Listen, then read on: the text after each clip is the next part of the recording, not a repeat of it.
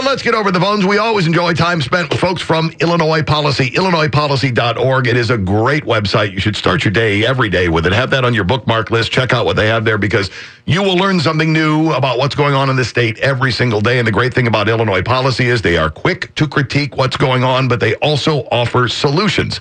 Unlike a lot of people who will drive by, fill it full of holes, and move on, Illinois Policy has their ideas on how to make this state a better place. Spending some time with us this morning, Director of Content Strategy for Illinois Policy, Austin Berg. Austin, good morning to you. Good morning. Good to be with you. Good to have you on the show. It's been a while since you and I have chatted. Great piece that you have up at Illinois Policy right now was corruption at the heart of Illinois' gas tax. Now, I know most people who live in this state are going to gasp at the idea of corruption here.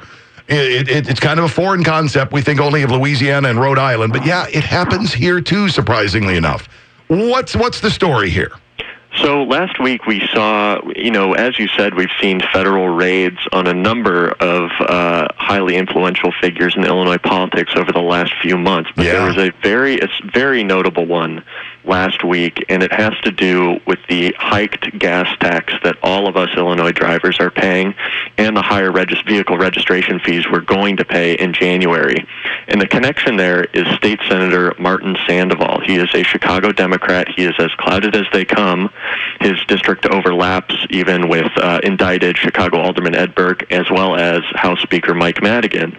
He has been in Springfield for 16 years as a state senator, and for the last 10 years, he has chaired a very influential committee in the Senate called the Senate Transportation Committee. Now, what the Transportation Committee does is it doles out the billions of dollars in infrastructure spending that Illinois does every year, and especially this year, Sandoval was the chief architect, the chief driver, you could say, of this massive infrastructure plan that included a massive gas tax hike and vehicle registration fee hikes. So now, the question is, was corruption at the heart of that gas tax hike? And I think that there is already compelling evidence that it played a role. All we know so far is that the Chicago Tribune has reported that federal officials were investigating allegations that Sandoval traded his public office, the power of his public office, for private personal kickbacks. That is exactly the type of behavior that would have been happening during all the horse trading on this major capital bill. And just astounding because it's right out of the Illinois politician playbook. I mean, we've seen this more times than we can assign names to it. The old boys network, the old school way. Well, you want to get something done? What's in it for me? Yes, you literally had, Sandoval in some ways acting as a pit boss on a trading floor. If you could imagine the old, vision of the 80s trading floor at the New York Stock Exchange, where people are waving papers and yelling at each other and talking about what projects they want to get for their districts. And before this capital bill was voted on, before Illinoisans paid this higher gas tax, which is going to cost the average driver around $100 extra per year, and the higher vehicle registration fees, which are going to cost a driver around $50 a year additionally. Before all of that was passed, we were screaming from the top of our lungs, you need to have objective criteria for selecting what projects are going to be funded by these tax hikes, or else politics is going to dominate. You're going to have horse trading. You're going to have corruption. And lawmakers ignored that advice. They did the opposite. There is no objective scoring criteria for any of the projects, really, in this capital bill, $45 billion in spending. And even further, they gave each lawmaker essentially a pot of money to dole out as they wish. So they went even further in the wrong direction. And it's no surprise that corruption may have played a role in this. Now, where I think this gets really interesting is in, J.B. Pritzker has obviously touted this infrastructure plan as a huge accomplishment of his first 6 months in office.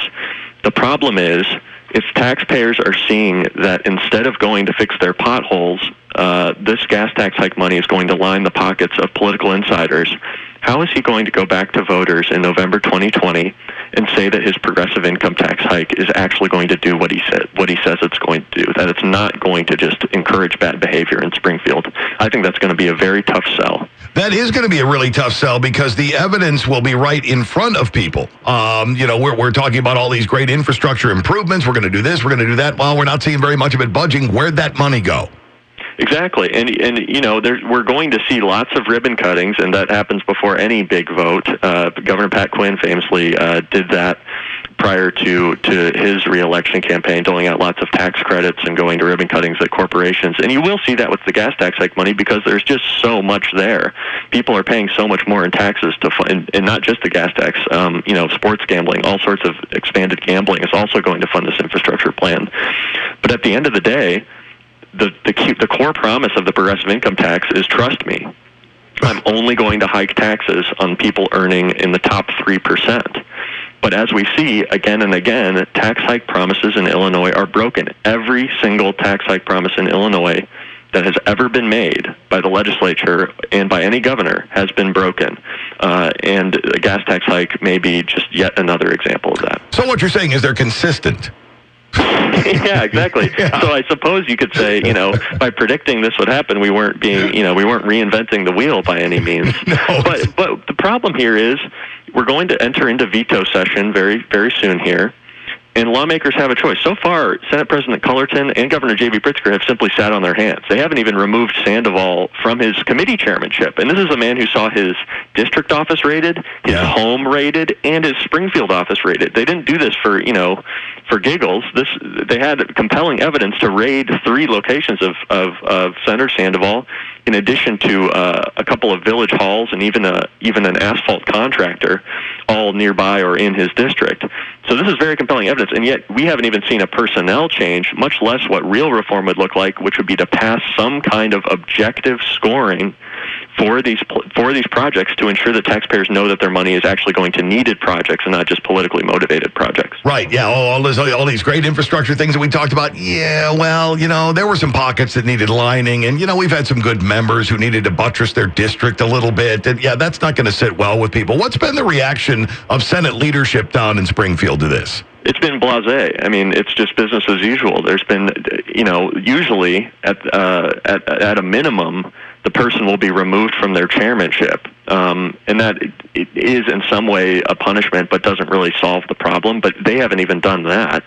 And what I've really been noticing is the contrast here on these anti-corruption issues between Chicago and Springfield. And when Chicago's beating you on anti-corruption reform, something is deeply wrong.